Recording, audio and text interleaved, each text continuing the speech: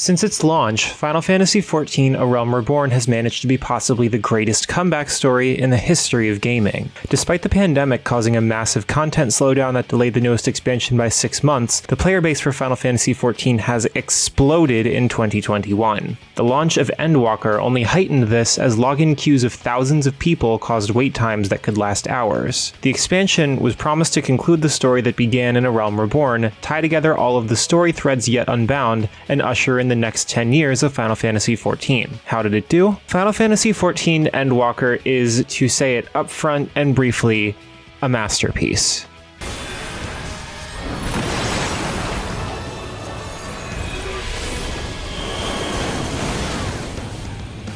Endwalker knows exactly what to do with each of its story elements to maximize their effectiveness and make me ugly cry, and so I did, several times. This story takes some inspiration from past Final Fantasy titles, and in pretty much every case it puts those inspirations to even better use. The least spoilery example I can give is that the destruction of Garlamald at the hands of its own ruler in order to further increase their own power is pretty clearly a parallel to the similar destruction of the Empire in Final Fantasy XV. Where that wound up being an underwhelming reveal tossed aside near the end of the game and not followed up on at all, here we get to see the ruins of the great city and its people, still desperately clinging to their country's pride even though the person to whom they had entrusted their safety has directly betrayed them without a care. I think this is going to go down as one of the most heartbreaking sequences in any Final Fantasy title, and it's already become famous in the months since launch because it's just so heavy. Garlamald would, in any other expansion, have been an oppressive final area where the story ends with a to be continued and a wait for the next patch. But Endwalker holds the pedal down so much that it is just a step along the path less than halfway in. This story may carry the unfortunate tradition of a rather slow first act, but once it grips you, the momentum never fully lets up, and it totally drives home the idea that you are coming up on the end of a huge, epic tale. The rest of the game keeps up too. Final Fantasy XIV hasn't had a particularly bad dungeon or fight in a long time, but Endwalker takes the Shadowbringers method of pushing the player to the brink and ratchets it up even further. Particularly with the Rebalanced Combat, the bosses in this expansion, which frequently come at the end of intense or even oppressively depressing dungeons or sequences, will force you to pay more attention than ever, frequently being comparable to something you'd see at an extreme or even savage level in A Realm Reborn or Heavensward. Having made it through so many of them, the player is expected to have mastered at least the basics, and it leads to fights with perfectly tuned difficulty that feel incredible to overcome. The biggest highlight of the experience, though,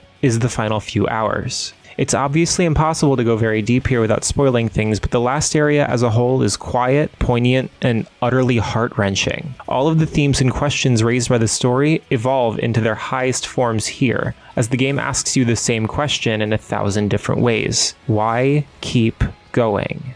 It's something I'm sure every player will have had on their mind for the previous 40 or more hours, because almost every plot point of Endwalker ultimately ties into it. When you think you have an answer, another idea is raised to challenge it once more, and by the end, when the Warrior of Light stands alone before their final threats, it echoes over and over again. And the final showdown truly is not only an extension of this theme, but a culmination that Final Fantasy XIV has been building towards for a decade, and a moment so incredible that I wish I could experience it over and over again as well.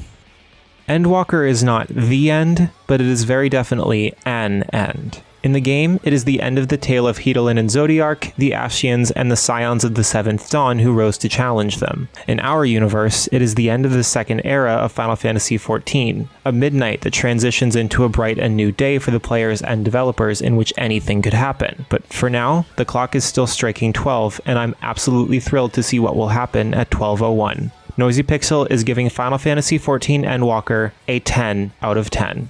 Thanks for watching. Please read the full review at noisypixel.net. Noisy Pixel is run by a group of gamers working hard to bring you the latest news, reviews, previews, and more. Please like and subscribe to keep up with our future content.